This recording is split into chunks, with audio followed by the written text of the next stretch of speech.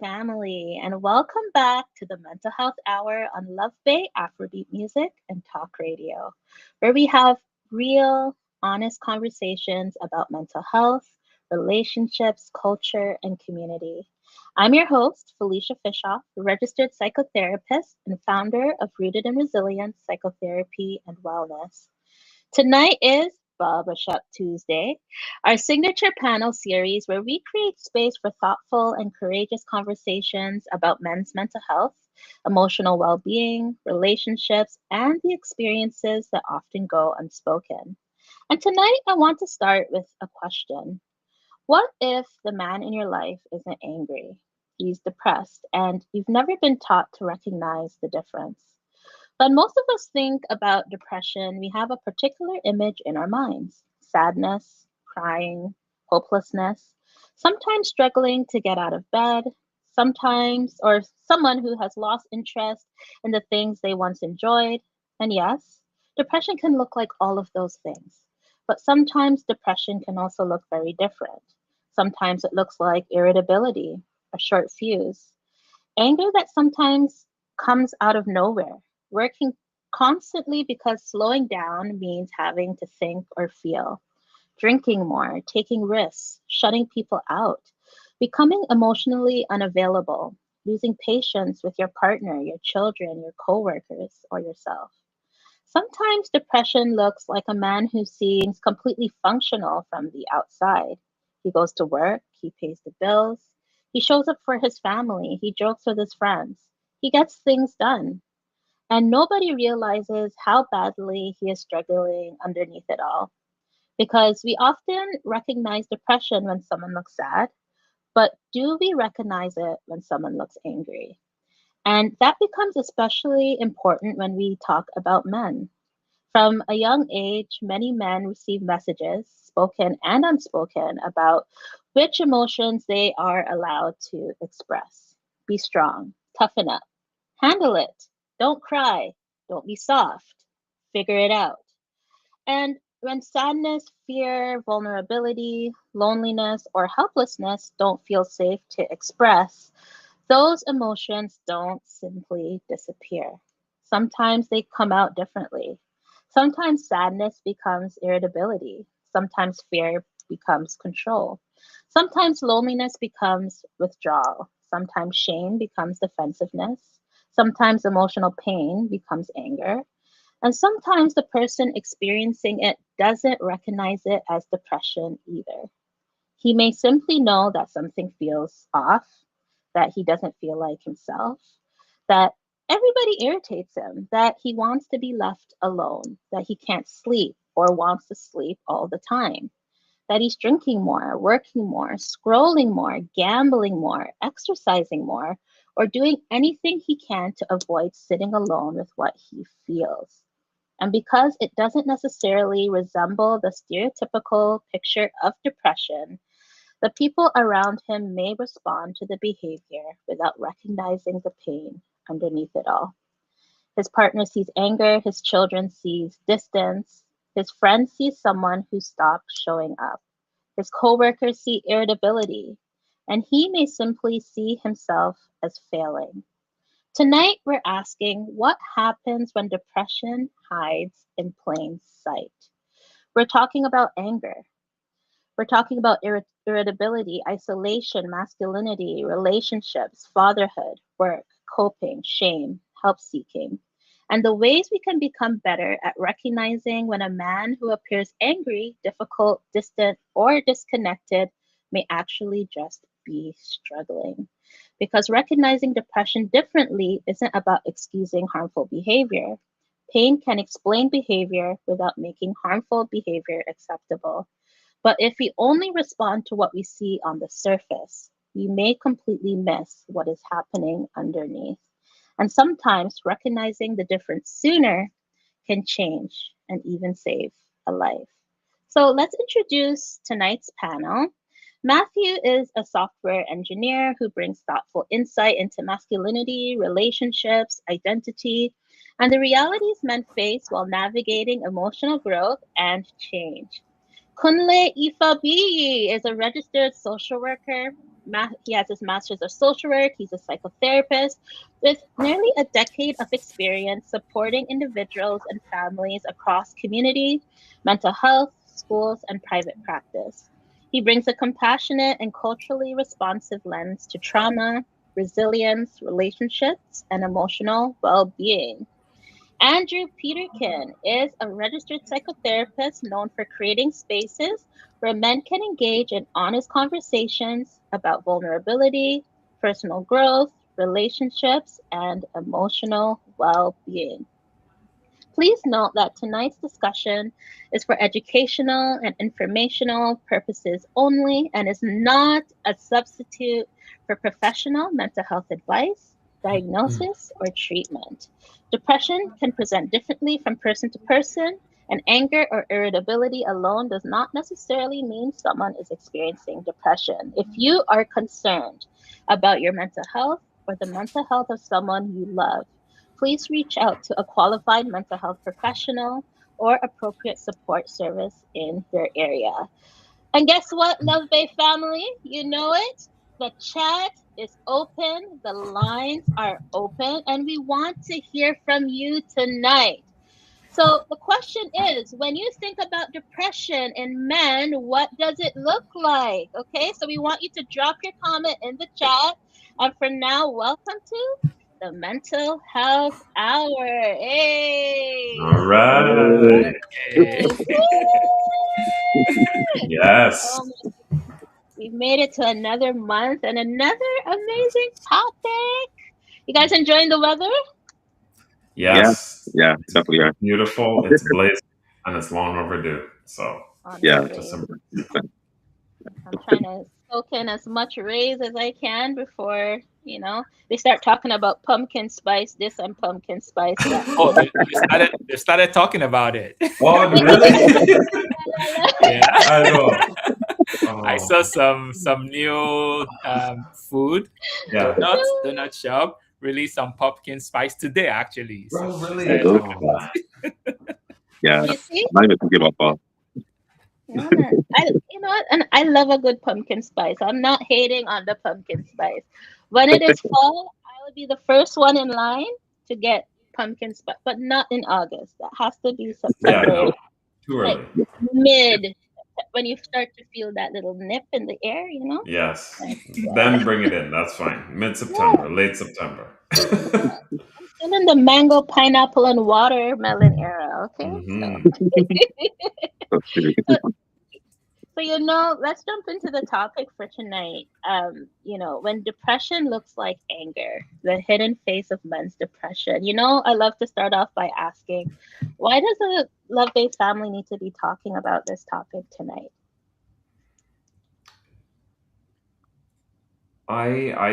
I can just chime in to a point. I think it's an extremely powerful topic because Mm, it's something we're not fully aware of. It's hard to decipher. mm, As you mentioned in the introduction, we always look at the exterior of a man, and people see anger, people see men lashing out in a way because they don't know how to channel it. They may not even know what's happening inside of them. And I think mm, it's powerful to address some of those points. And the three of you are experts on the panel. So I think it would be powerful to kind of just identify what that looks like from your experience from both mm, sides. What should people witnessing that you kind of look for and see how they can support this man. And what should a man look for? I think men in general, we've talked mm, about it time over time. We may not know what we're going through. We just feel frustrated, irritable, and as society tells us, keep pushing, keep driving. I'm exhausted. I'm feeling all these things, but you know what? I'm supposed to continue. I have mm. no avenue. I have no outlet. I think it's powerful, powerful topic. 100%. Absolutely. Yeah, absolutely. You hit the nail on the head. In addition to that, why should we be talking about this? What we want to get from this is for people to be able to recognize and become aware, Yes. know what depression looks like in men, and not just focus on the typical expectation. Also, is to help give insights. Like it's a shared. Some men don't even know what they're feeling. Don't even know. A lot of men we were not trained. We were not socialized to be in tune with our emotions. So we're open with the Mm. languages and the conversations we're having today that some men might be able to recognize this in themselves and be able to do something about it, not just ignoring it or pushing it aside. So actually recognize what it looks like within them and what they can do about it. Absolutely. Yeah, I agree with what you guys have said. I think for a lot of men, they do struggle with depression, and they on the outside it does look like anger. And a lot of times people respond to that emotion of anger when the person's actually hurting, and that can cause like a whole host of issues as well. But I think it's important to like learn and understand what we're actually feeling and find different ways of coping with those emotions. But a lot of the ways that a lot of men have learned how to cope isn't like the healthiest for us. So I think it'd be good to discuss those things and then learn some healthier ways of dealing with our own depression or what looks like anger. Yeah. Absolutely. Yeah. Absolutely. So, we know that the clinical definition of depression often looks like, symptoms of, irritability, sadness, but you're withdrawn, you might have difficulty sleeping. And, why do you think that we focus so much on these expressions of depression and not so much that anger side of it? Yeah, why we focus so much about this, I think it has to do with the way the expectations placed on men in our society. We know from a young age, a lot of men are expected. I like to give this example. A little boy, 5-year-old, has a little sister, maybe 6-year-old. The sister comes home crying, and oftentimes we don't want her hurt. We want to protect the girl child, but we want to toughen up the boy child. Like, be tough. Who beat you? Go back. Stand your ground. Yes.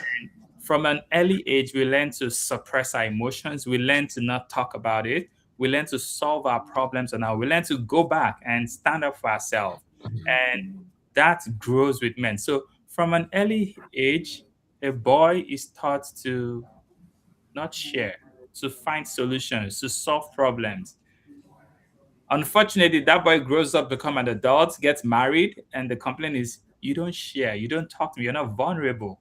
It's hard to change that framework. So we've been taught to suppress all those emotions all our years, and now we get detached from our own emotions to the point where we don't even know if we're feeling depressed. All we know is to toughen up. Society make it seem like naming feeling depressed as a man can feel like a sense of failure because men don't want to feel like they fail. So they try to just work out, work long hours, drink, find other ways to cope rather than addressing the main issue because we're expected not to complain. Complaining seems like failure. We're taught to push through pain. All those emotions, ignore them, push through, never give up. And those are messages that we've given our men over the years, and that even when they're feeling depressed, they still push through to the point where they do not feel like they can recognize what they're feeling or do something about it. So that's why we're having this conversation to help us learn how we can retrain ourselves, recognize those feelings, to recognize those signals, those signs our body is sending to us, and to be able to do something about it before it gets too late.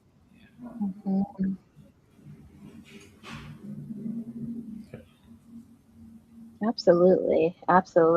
Thank you so much, Kunle. As you were sharing, I was thinking about the cultural aspect of it too, right? So what I hear is there's a societal layer and societal pressure of, you got to toughen up, you got to be a man. But then how does the cultural piece play into this as well? I think, growing up in a Trinidadian household, I don't think anyone went to therapy. It was always just like, come on, man, you're good, go, go, go, go, go. Culturally, I think plays a massive part too. So we talk about societal, and obviously you're in different societies, you're experiencing different cultures, many cultures in the world.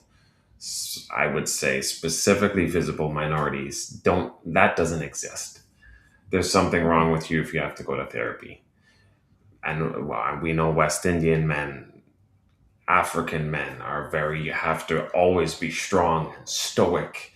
You're not weak, stand up, you're a man. Being vulnerable, expressing emotions doesn't exist. I think when you combine the two now, as Kane mentioned, we have to retrain ourselves. I can only imagine trying to retrain like my dad who's 72 to be like, okay, let's sit down and express and talk when you've never known that or you don't know it to that depth. You're going an uphill battle to a certain degree, and I think it becomes more complicated with the cultural and societal side of things. Yeah. Absolutely. I do find for a lot of men that I've worked with, at times when they are experiencing, when they're experiencing a lot of hurt, they learn to like shut down those emotions. It's like within their culture, that's normal. It's like don't cry, don't. You have to be a man. You have to be strong. A lot of times they have to be behave like a what would be expected of a grown adult as a young boy. And so when they don't behave in that way, there's something wrong with you. And that's when like they can be called different names, whatever that is. And so at some point they realize like if I express any type of emotion, I'm seen as weak or there's something wrong with me within their culture. Then they start numbing themselves, pretending that they don't have the emotions, ignoring how they actually feel. And obviously, that can become frustrating over time. And then that, if you're not expressing yourself, if you're not learning how to deal with those emotions that you're experiencing and that sadness you're experiencing, it will eventually turn into anger. It will turn into frustration, and you'll react in a way that like that on the outside obviously looks like anger, but it's just that pain that you're dealing with. And so yeah, you get older and you learn like this is what I have to do. And then you're seeing all these other men within your family, within the culture that are doing the exact same things. So you're just like, this is the right way for me to deal with these emotions. Yeah. Culture and society does play a big role. It affects culture. Nobody lives on their own. We all live within a system. We live within a confines of relationship with people. So culture, society conditions us in the way we behave. An example that comes to mind is in this part of the world, we drive on the right side of the road. If you you drive on the other side of the road. It's what we're trained to do. It's the culture. To go against that, you could try. It's just going to be difficult. You might engage in accidents. So it's easier to just go on the right side of like everybody else. So culture for men also it plays a big role. The way we've been socialized and taught growing up, this is where man should be. This is what you should do. And men tend to just toe the line. Maybe sometimes you try to go the other way and you got the bashing, you got a flashback. Society oftentimes, even men expressing with those anger is often not tolerated. A lot of places, you see a woman breaking down anger or just outbursts, people come to her aid. And but men don't have spaces like that. It's good that people come to the aid of women, and we want to encourage that. We also want to encourage men being able to get aid, not being scorned, looked down upon, or ignored. So culture plays a huge part. The way the culture has affected men in this area for so long is hurtful, and we're trying to change that so that we can save our men. We need men. We need men in a society. We won't be a complete society without attending to the needs of men or just letting these men go on destructive ways. So culture plays a big role, and culture doesn't mean it's set for life. We can change culture. We can make it the way we want it to be. Absolutely. Yeah. I think a lot of times within like a lot of cultures, like what you were saying earlier, Conley, like when a man gets angry, it's like we need to avoid him because he might be dangerous, he's scary, he could go off the handle at any moment, so stay away from him. And what that teaches us is that if we get angry, we're not going to have community. So it's safer to just not have any emotions at all. And so within a lot of cultures, and like even what you were saying earlier, Matthew, with being from Trinidad, like my family's from Barbados, a lot of times when they are experiencing any type of stress, they'll drink, they'll smoke weed sometimes for some cultures. They'll, I don't know, go and dance, just play some music, go to a club, like whatever, just dance and enjoy yourself. but ignore those emotions because it doesn't make anyone else feel safe. Yeah. Right? And so, yeah, we learn within our culture, um, if we don't behave in the way that everyone else feels comfortable, we will not have community. Mhm. So true. As you were sharing that, Andrew, I was just thinking, because, I'm a boy mom, right? Yeah. And when my sons get overwhelmed and they're angry, my motherly instinct kicks in, and I'm like, okay, are they hungry? Are Yeah. they tired? Is something bothering them? Did someone hurt their feeling? Like, I'm going through the list in my head to try Yeah. to figure out what is at the root of what they're feeling, because I know that the anger is just what's on top. There's something else at the root, because I know my Yes. son's best, a mom, right? I mean, up to a certain point, right? And then I think as society, we forget that these boys then grow into men, and but yet we handle it differently, where we may have more understanding when they're little boys, but then for some reason we may become threatened by the anger, or we become a little less tolerant of the anger. And as we know, anger is just information. Obviously, how you express anger, that's a different story. Yes. But anger in itself, when we talk about anger as an emotion, it's we're allowed to feel angry. Yeah. It's telling us something, that something is up underneath the surface, right? So I don't know, like, what are your thoughts about that? That, when we deal with children or young adult, like, I guess like teens, we're a little bit more tolerant about the anger. We're a little bit more investigative as it relates to, okay, so how is this? Like, why? Why are you feeling? Why are you acting out? We ask a lot more questions, but there comes a stage in a man's life that we become a little bit more dismissive of it. Yeah, you're right. We sometimes treat that differently. Maybe with a child, oh, they're little, I can handle them, I can manage anger. But with a man, a full grown man, it almost seems like you're bad. It almost becomes like a judgment. We just, oh, he did that. No, I'm never talking to him again. And we don't bother to check in, to investigate, to see what led him to how he's acting that way. And that leads to what Andrew's talking about, almost feeling like we can express ourselves. If I express it, I'm going to be shunned or judged, and then I'm going to lose community. And that it's almost like a negative cycle. And then you suppress, and the more you suppress, the more likely you're going to have an outburst. The more likely you have an outburst, the more you be ignored by society or cast out, and the more the depression, and it just keeps on and on. So I think it is important for us to be curious when someone expresses, being able to not just focus on the surface emotion, to dig deep. What's going on for this man? How can I connect with him? What can I do? Is it a smile? Is it a hug? Is it a nice gesture? Can I ask questions rather than just judgment and punishment? Yeah. Absolutely. And I think too, the emotions are the same regardless if you're a child or a man, but how you channel it and express it varies. And so we forget that the foundation's still the same, but the man you get that's lashing out, that's angry, still felt the same emotions, but didn't have a safe space going through it as that man became older. And therefore, the way he is expressing it sometimes comes across the same way as a child because there was no emotional evolution as he became a man. And society also demands that men have full control over all their emotions and expects men to not reach this level, but then comes against them when there's someone that actually is emotionally mature to express. So there's that battle that a man faces in general. But I think the emotions are the same. It's just a man who has not had enough safety to channel it and grew up expressing emotions the same way.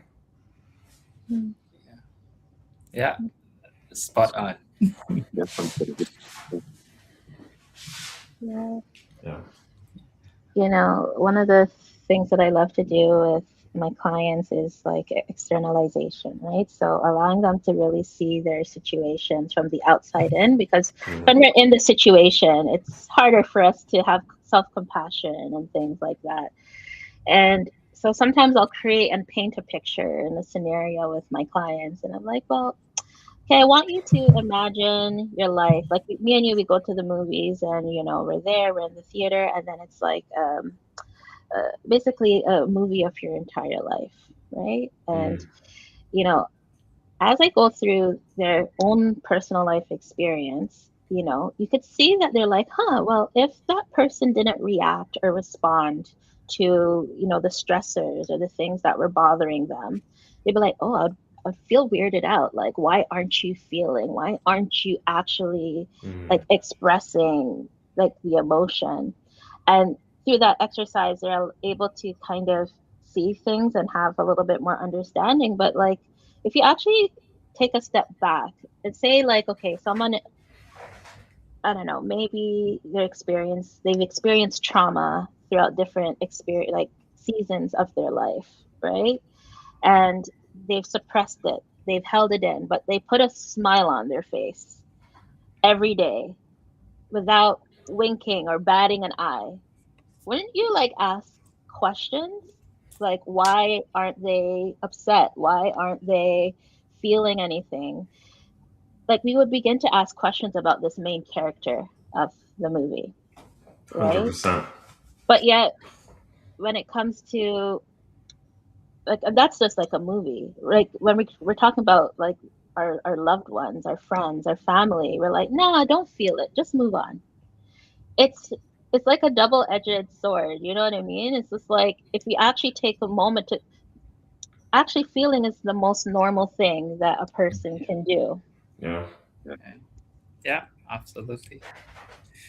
Yeah, you're right. We need to learn to kind of feel our emotions, to let it go through us, not suppressing or ignoring them. And a lot of men do that where we just mask. We mask our emotions. We put on a smile to hide what is really underneath. Um, and it still kind of plays back to what you asked earlier on, talking about culture, society, the part society plays. And there's so much that we need to change. Still with this topic of depression in men, there are so many factors that contribute to it. We have loneliness, we have societal expectations, we have burdens, we have goals that the men have themselves that, oh, I'm just going to walk, hoping that when I do this job, I get this deal, people are going to respect me, people are going to value me. We also have touch. Touch, it's kind of frowned upon as men, boys growing up. Touch is not something we encourage so much in boys. Not necessarily deep hugs. You just give a maybe fist bump. Yeah. So we did a research and said that a lot of boys are lacking touch. So much that sometimes they create fake fights just so they have an excuse to ruffle each other and tango and say, Wow. okay, next. As long as they need to get a touch in, but they wouldn't want to go in and hug because, no homo, no homo. In fact, when they're getting to that, no homo, I just want to shake hug you, but no homo. No need to deny or to.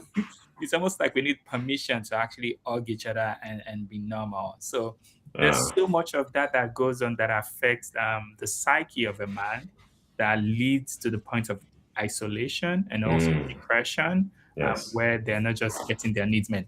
Touch is an essential part of growing. It's an essential human need. And men go, there's so many men you see, maybe nobody has touched them in a week, in a month. Yeah. And all these things contribute to build up that feeling of irritability or depression. And sometimes they don't even know how to place it. They just might feel somehow. I don't know what it is. Yeah. It's some type. Oh, go ahead, Drew. No. Go ahead. I was going to say it's some kind of unfulfillment or void that you're feeling, and in some way you can't decipher what it is, but you know it's missing. I feel like some men know, others would be like, I don't know, I'm feeling this. Maybe you're that guy who's just been grinding, or have not had a hug in the last 6 months, or those things, they can maybe subtle to others, but it's so much impact. or appreciation in the midst of the grind, or something so small can have such a big impact. And I feel like when that's been going for so long, you begin to feel like, okay, well, this my life? Is this what I'm going through?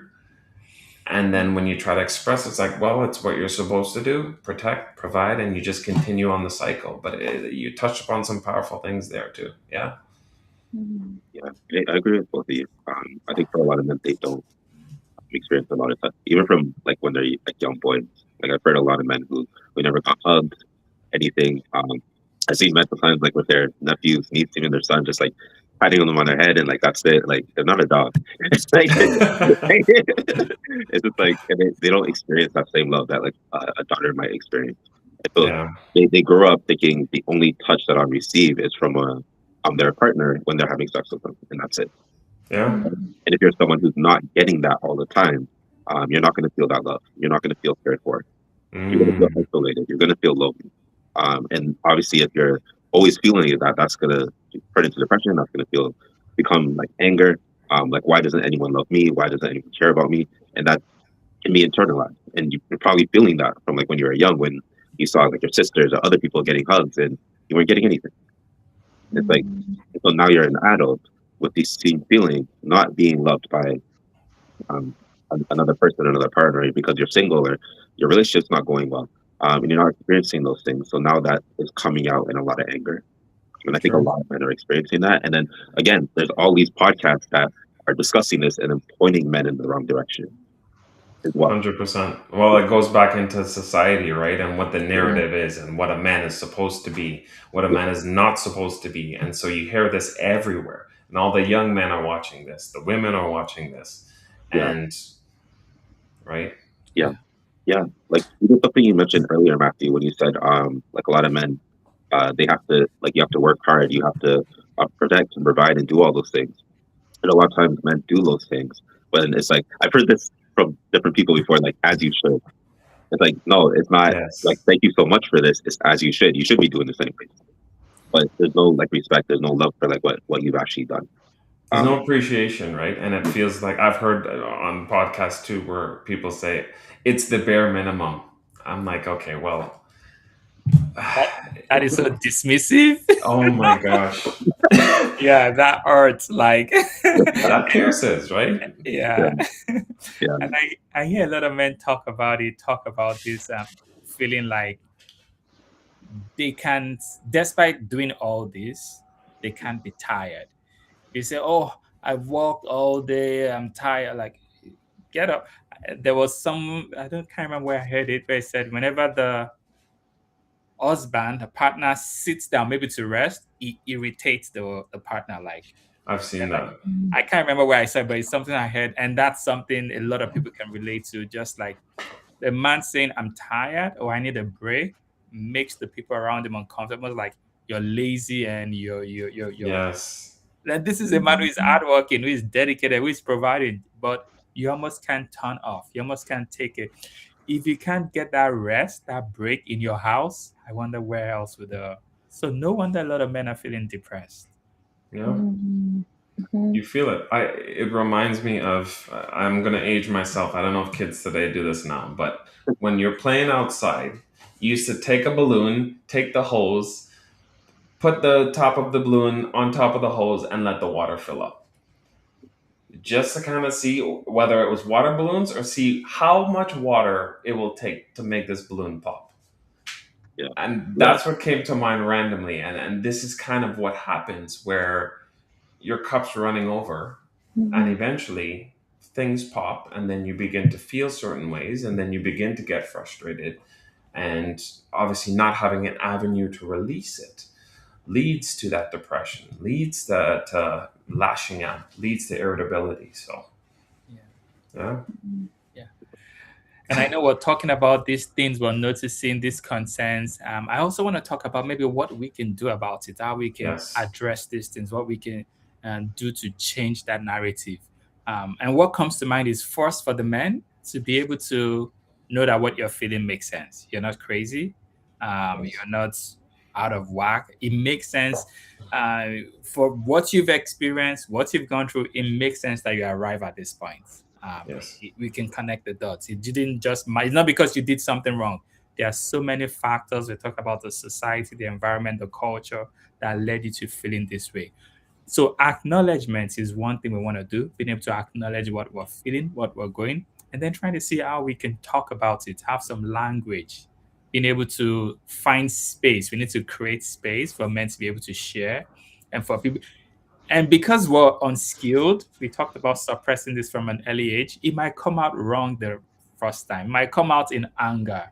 And for people to be able to contain and receive that and make space for that anger, let that anger come out, let the rage come out. After that, then we can get to the nitty gritty. We can go underneath that anger.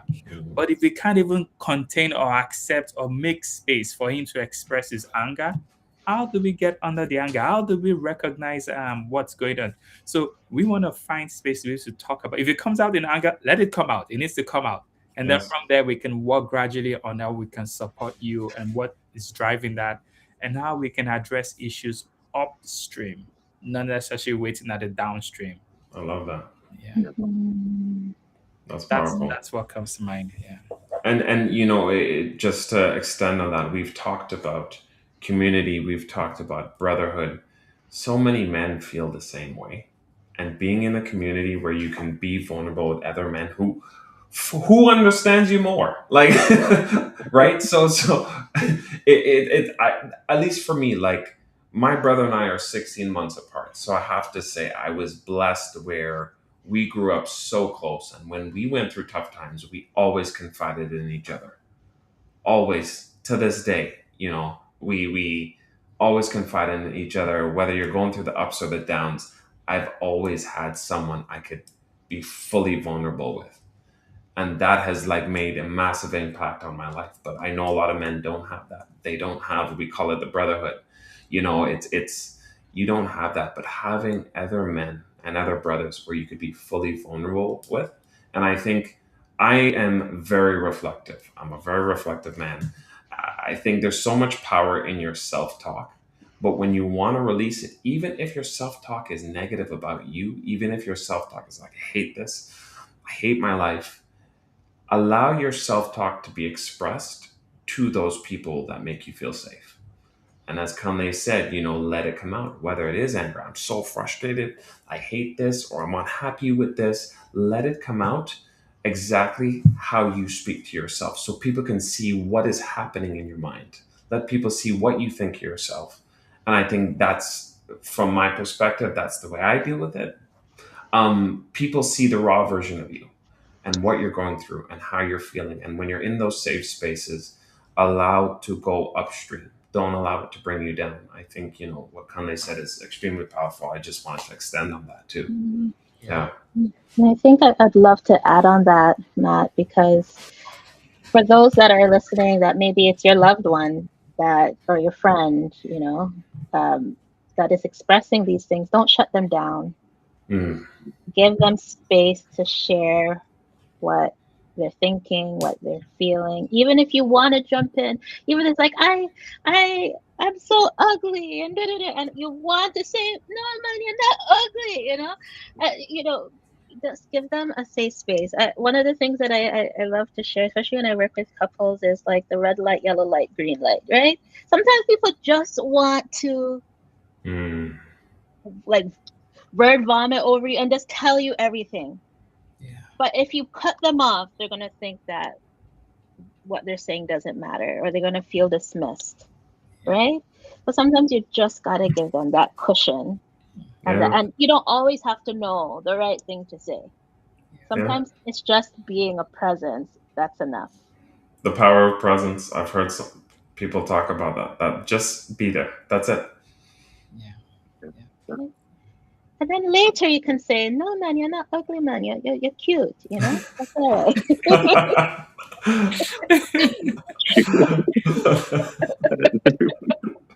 The power of presence. Yes. Yeah. Oh, man. And Matthew, to come back to what you shared earlier on, that's really priceless. Talking about you and your brother, that relationship you have, that you can be open and just have somebody that you can be vulnerable. That's priceless. And as men, we can cultivate that with one another. Maybe some of us, maybe some people don't have brothers. You can create that relation. You can make a new friend. I can be like brother. You can choose those people that you can have space. Maybe start from a men's group. Join a men's group. Join a community. Reach out to someone. You can start it. Sometimes we're waiting for people to come and reach out to us and say, "Oh, come." Maybe we need to give that to someone else, and then we can Yeah. create a space where we can share and be vulnerable and trusting with each other. But we definitely need that. Yeah. Yeah. And I think, even if you have a close friend that is close, but you've never been that vulnerable with, I think it's also a good opportunity to give that to a friend so they can actually be the person that wants to step in as that friend in your life. And they may be going through the same thing as well. So, Yeah. yeah. Yeah, Absolutely. I agree with all of you. I do think sometimes, like, even if you do start expressing yourself to someone and they might not feel comfortable hearing those things, it's still good to like find like what Kunle said earlier, a men's group. There's men's group therapy. There's therapists that you can speak to. Um, if you're worried about finances, there are cheaper options. There's therapists have sliding scales. There's free therapy sometimes. You just have to look. Or you can ask people like us, like on this panel, and like kind of figure out where can I go to get that help. So even if you express yourself and you don't get the results that you want, don't be so discouraged that you just give up on it. Still speak other people that you can speak to. Yeah. Love that. Yeah. Absolutely. And also, if you're the person that's hearing, your brother share, and it feels like it's out of your scope, like you're like, okay, this is too bigger than me, try to help them find the resources. Even if they're hesitant, at least you could help them find it. You know, it's because I think one of the things I wanted to emphasize is that it's okay if you feel depressed. Like, it's okay to get it taken care of. It's like walking around with a broken arm, right? How silly of it would it be if I had like this broken arm and everybody can see that it's broken, but I'm refusing to get help to get it adjusted and fixed, right? Mhm. Even if it heals, and I'm still having issues with it, I know it's a bothersome thing. Yes. Everybody be like, you're being silly, go get it looked at. It's the same thing with depression. If you feel these symptoms, if you know that something is off, it's okay to get it taken care of, right? Yeah. And I think we need to normalize that a lot more, like, and I think, again, breaking that stigma across our communities, because just because you're depressed doesn't mean there's something wrong with you. It's okay to not be okay all of the time. 100%. Yeah, I really love that analogy of the broken arm. It doesn't Yes. make sense. You had a broken arm, but go to the emergency. It's like, what's wrong with you? What's wrong with you? Why are you going to walk with a broken arm? Yeah, Can you imagine? It's the same with our mental health. When we have Yeah. something going on, go get it checked. Go talk to someone. Go speak with a professional. You're not Yes. weak. You're being proactive and actually healthy, taking those steps to actually go talk to someone. I know there's just so much stigma, and we still have it today that so much men often do not access services. And yeah, our statistics reflect it. We want to change that. Even if you have nothing, just go to therapy. Just go break. Just go talk to someone. See what it looks like.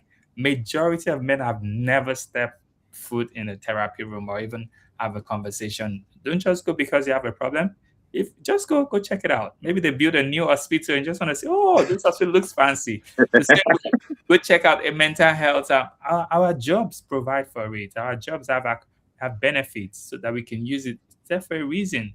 And year in, year out, we don't use these things and we pride So ourselves. true. Oh, I've never used my benefits in the last 10, 15 years. And we take it as a badge of pride. No, Yes. the You need to use organization, it. the organization put it there for a reason.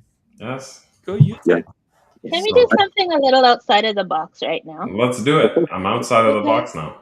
I feel like there's a stigma about what therapy even like looks like. Can we do like a little role play? Like two of you, one person can be the therapist and the other person can be the, like we do it in school, because I Yeah. feel like that might help somebody. Yeah. because really, like, therapy is so healing. Yeah. And I think that a lot of us are afraid to go, and it it's life changing Yeah. if you have the right therapist, that is, Yeah. right? So, Yeah, 100%. all right. So who's gonna be the therapist? I'm out of it because this is barbershop. I'll be It's the gonna have client. to I'll be be the client. Drew and Conley because I'll be the client, Cudley. You can be the therapist. I'm gonna turn off my camera. I'm gonna turn off my camera, and you guys Okay, will play. we're gonna do like a 5 minute therapy. I Let's remember do it. school, grad school, this was exercise I love. And I'm surprised that a lot of even therapists didn't like it. They were like, oh, it feels I'm like, I love it. I love recording myself. It's practice. All right, let's go, Andrew. That All was right, loud. let's go. All right. My name is Kunle. I'm a registered social worker and psychotherapist, and I really appreciate you coming in today. I don't know, have you been to therapy before, or this is your first time? Honestly, this is my first time. I've never thought to go to a therapist. No one in my family goes to therapy. I don't really want to do this, to be honest. But I'm here. Oh, awesome. Thank you for taking the courage to give it a shot and just to come in here. That's so amazing. When I meet people who come to therapy for the first time, oftentimes they can feel uncomfortable. They can be wondering, oh, what's it about? What are we gonna talk about for 15 minutes? I just want to give you a little breakdown of what to expect. So with me, I like to see therapy as a partnership. So I am not this doctor or this professional who just come and tells you what to do. I see it as a relationship. I am trained in mental health and I bring that knowledge into the session. But also, you bring something. You bring knowledge of yourself. I do not know you like you know yourself.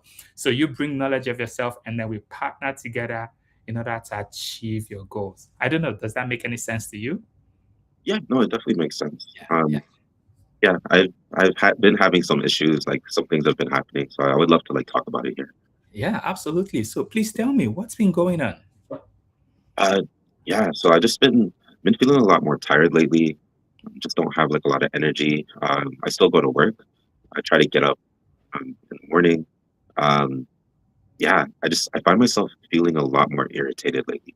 Like someone just when I'm driving, like if someone like honks at me or they're turned the wrong way or anything, I just snap like immediately. And I wasn't like that before, so I don't. It's just weird.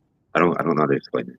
Yeah, so I'm hearing that you're feeling tired, noticing some irritation, noticing some snapping, and this is not your usual behavior. I think it's good that you're even able to recognize that and willing to talk about it because being able to acknowledge and talk about it helps us to be able to know what to do. If you don't mind, I want to dig a little bit further. Have you been sleeping well? What do you think has been causing all these changes? What's your sleeping like? I haven't been sleeping that well. Um, yeah, I just like tossing and turning, maybe like maybe 4 or 5 hours a night. Yeah. Um, yeah, and everyone stresses me out. Like people kind of have been avoiding me more. Like because yeah, they're just afraid that like I might get angry or I might snap on them. Um, so I keep to myself. I play video games. Uh, yeah, I just sit on the couch sometimes. Sometimes I'll just lie down on a bed and just like look at the ceiling. That's it. Yeah, thank you for mentioning that. So, from your conversation, I can hear that you have some coping skills. You play video games and try to do what you can. And in Yeah. this session, we're going to learn some tools that you can use to help you cope better, maybe to even sleep better. Because I notice sleep is kind of like the bedrock upon which every other thing in our life, our day is built on. So, when sleep doesn't go away, it can really trigger a lot of irritability and stress, and a lot of things can compound. So we're going to talk about tools and strategies that you could better manage. But before we go there, I also want to understand more about your peculiar situation. What about appetite? Have you been eating regularly? Any concerns with food? I still eat. I haven't been eating healthy lately. I've been just like a lot of chips, fried foods. I Uber eat all the time. I don't have the energy to cook really. Um, yeah, just ever since uh, like my dog passed away, I haven't really felt like doing anything. Yeah, I'm so sorry to hear that. So I'm hearing food not being exactly the way you like. And you also mentioned your dog passed away. That must be big. How long have you had the dog? That's it. For 14 years. 14 Yeah, years. yeah, Yeah. he was like my best friend, and then yeah, I just woke up and he was gone the next day. Yeah, Just so that makes a lot of sense. I can see how that grief, that loss could also contribute to some of the irritability. Maybe that's the situation in your case. But these are little pieces that might connect a lot of things we're feeling. And being able to understand them help us know what we can do next. So yes, I think that's something we can work on to help us see how to process that grief. I know our time is short today. I also want to check exercise. Have you been exercising? Any exercise on a daily basis? I used to go to the gym a lot, but the last year I haven't been doing anything. Yeah, so that has changed as well. And finally, what about social interaction? Do you have friends you connect with regularly, have fun, interact, and just stay healthy? My friends have been messaging me and asking me to come out. I just stay at home. I just want to stay at home, just play video games. I don't really want anybody right now. Okay, yeah, thank you for sharing that. So there's been some just staying on playing video games, and we mentioned that as a coping mechanisms, but want to see how we can have additional support, just have a well-rounded and to help you deal with this grief, the loss, as well as the irritability and anger and all of that. All right, let's switch to maybe some strategies that might be helping. And these strategies, I would suggest different things work for different people. So, like I said, you know yourself better. So do not feel bad to tell me, no, Kunle, I don't like that. That's not my style. What else do you got? Feel free to speak up. When you can actually speak up about your interests, and just be a partner in this, it helps us to get the best results in therapy. Yeah. For sure. Before we go on, any questions?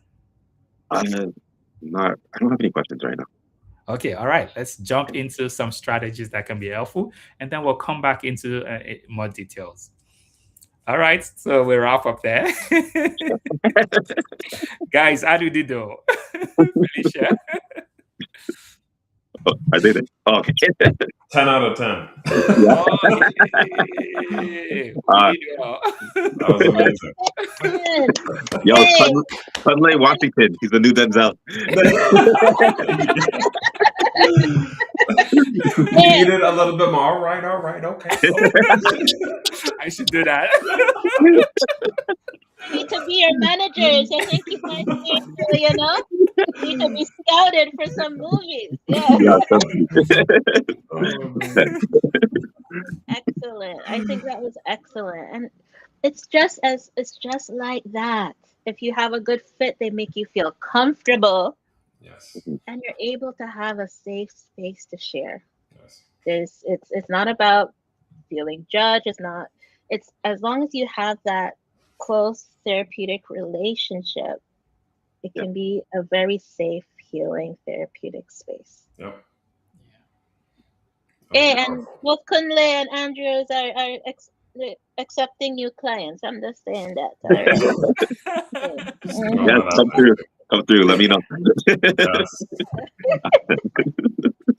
Amazing. I think that tonight's conversation has been such a deep one, right?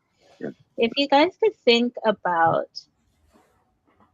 the last few gems that you'd like to drop on the community tonight, as it relates to this topic, what would you like to share with the Love Bay community? The first one I would like to say is for the men who are going through something like this, to know that you're not alone and you're not in your head and you're not something strange is not happening to you. What you're experiencing is common to a lot of men. So just to know that you're not in a world of your own. And secondly, for people around us, for community to be able to recognize what we can do to help this man. I know society often depends on men. I expect a lot of men. When men give, and receive nothing, they burn out. They lose inside. They lose a lot. So I want to see how we also can be supportive to these men so that they can continue to do what they do best. Yeah, I love that, Kunle. And I second that too, To the men going through any form of depression right now, first of all, you're not alone. You're allowed to feel what you're feeling. And it is safe to feel what you feel.